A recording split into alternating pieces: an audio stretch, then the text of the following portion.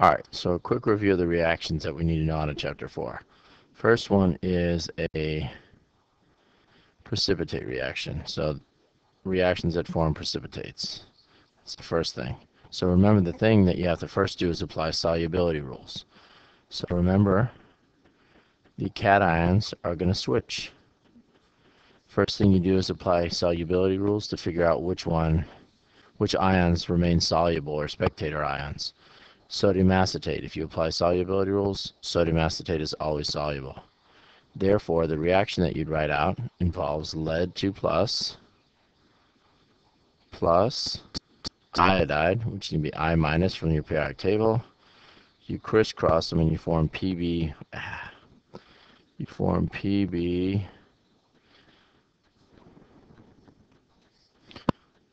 I just did it again. You form PBI2, crisscrossing them. You put a 2 there and you balance it. Next one, switch ions again, the cations. So lead's going to go with chromate, sodium's going to go with nitrate. Sodium nitrate is always soluble. Therefore, you're going to take lead, which is going to be Pb2 plus, I would give that to you on the quiz, plus chromate, which is CrO4 2 minus. It's going to form PbCrO4.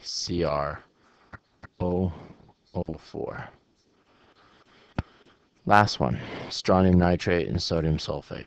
If you look, strontium is going to go with sulfate, and sodium is going to go with nitrate. Well, sodium nitrate is always soluble, if you know solubility rules, which means then you have strontium, which is Sr2 plus sulfate, which is SO4 2 minus. Arrow, you get SrSO4, which is one of the exceptions to SO4. That's one type of reaction you have to be able to do. So first you'd have to memorize the solubility rules, then you have to apply them. And you're only looking for, and the reactions I'm going to give you, is one compound's going to be insoluble. You put the 2 ions on the left, you put the product on the right. Next type of reaction we did was an ionization reaction. That's basically where you have an acid reacting with water. So an acid reacts with water, or a base reacts with water, and they just break apart. An acid always is going to give an H to water. So you have an H going to water, uniform H3O plus, and you can be left with whatever the ion is. We'll just say A minus is a normal, just a general formula. A base is always going to take an H from water, produce OH minus on the other side, and whatever the original base was, with an extra H tacked on and a positive charge. It's supposed to be a positive right there.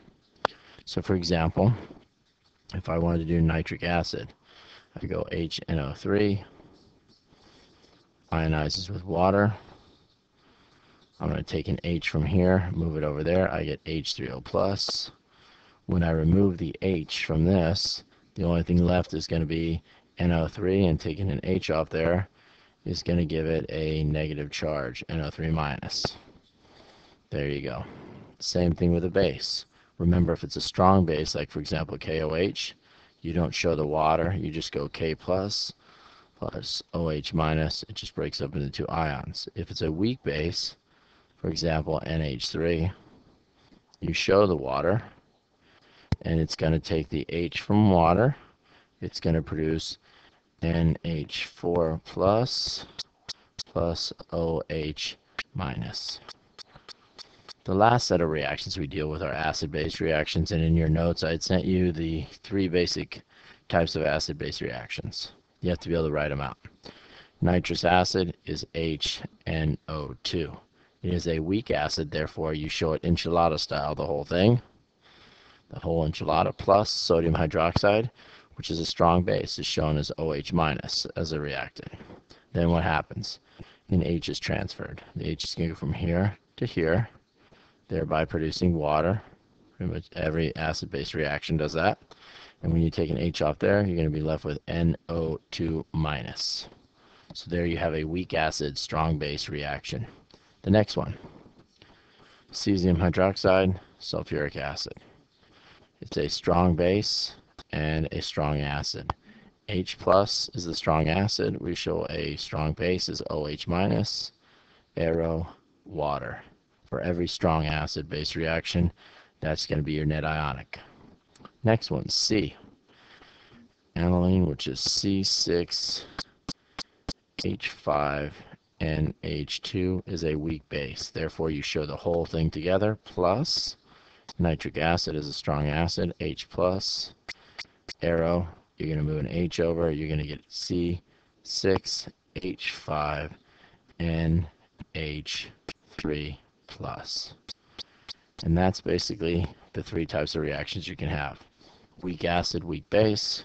The first one, remember, this is a strong base, therefore is shown as OH minus and transfer an H. Second reaction was a strong acid, strong base, which is H plus, OH minus, produces water. The last reaction is a weak base, shown together. The strong acid has H plus, and you get the product because you're transferring an H from there to the end there, positive charge. Those are the three types of reactions I can ask you as far as acid-base goes. Same stuff we went over in class on Friday. Make sure you review the notes from Friday. Some of them are going to be very similar, and you should be good to go.